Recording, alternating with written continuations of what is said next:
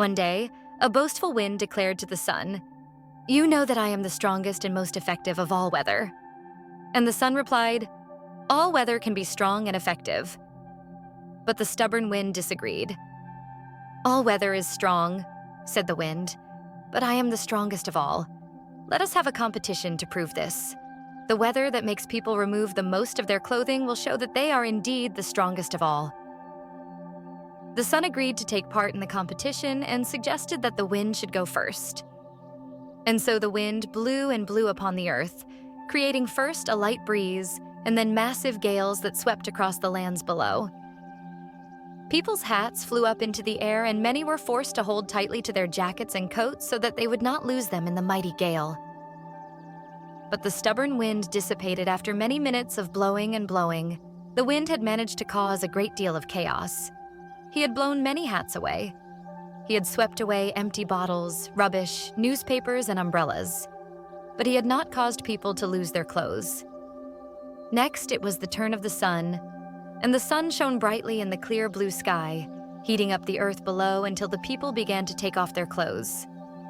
First, they removed their shoes, then socks and shirts, then jackets.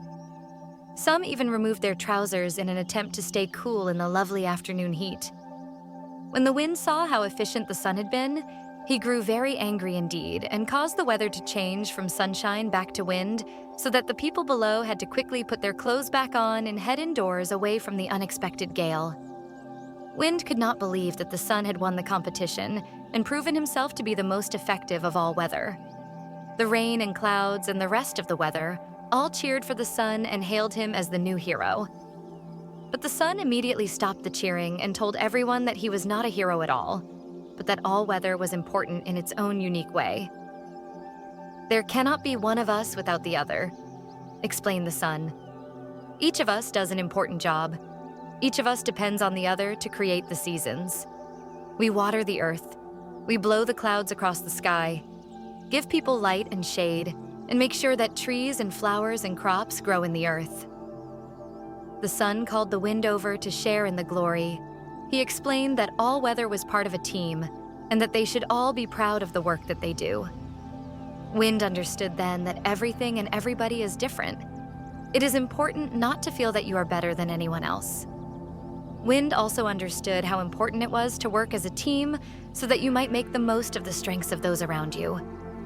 And so it was that all weather worked in harmony, each doing the task best suited to them, each appreciating the work of the other,